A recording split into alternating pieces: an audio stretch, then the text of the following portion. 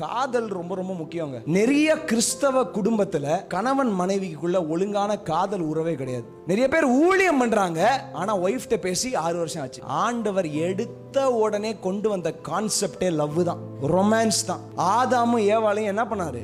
ஒரு fasting prayer போடுங்கப்பா, இல்ல வாங்க ஒரு மீட்டிங் நடத்தலாம், 24 மணி நேரமும் துதி ஆராதனை நடத்தலாம். கிடையவே கிடையாது. நீ லவ் பண்ணிட்டு நான் உன்னோட வந்து பேசிட்டே இருக்கிறேன்.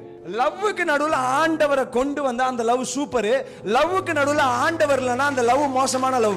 லவ் வேணான்னு சொல்றது தப்பு. ஃபேமிலி தான் ஃபர்ஸ்ட், மினிஸ்ட்ரி செகண்ட். கல்யாணம் ஆனவங்களுக்கு புரியும், உடனே லவ் பண்ண கிளம்பிடாதீங்க தம்பிமார்களா. ஆண்டவர் வந்து கரெக்டான பேரை யார்கிட்டயோ சொல்றேன், God will give you the right pair. Wrong decision மேக்கிங்கை குறித்து ரொம்ப காஷியஸாக இருக்காங்க. ஐயோ நான் தப்பான முடிவு எடுத்துடக்கூடாது என் பார்ட்னரை குறித்து அப்படின்னு.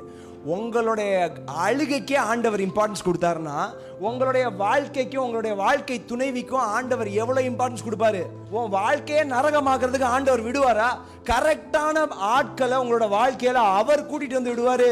ராங் டிசிஷன்ஸ் எடுப்பீங்களா? சில டைம் எடுக்க வேண்டிய சான்சஸ் இருக்கு. நம்ம ஆவில நடத்தப்படாம மாம்சத்துல பாக்குறதுக்கு அழகா இருக்கு. எப்படிங்க? ஏவாளுக்கு என்ன பார்த்துருந்துச்சு?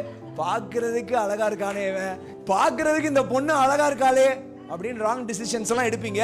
இயேசுநாதர் மாதிரி யாராவது வந்து ஜீவனை கொடுக்கணும், உங்களை அதுல இருந்து எடுத்துன்னு வரணும். ராங் டிசிஷன்ஸை குறித்து கவலைப்படவே படாதீங்க. But you have to move forward.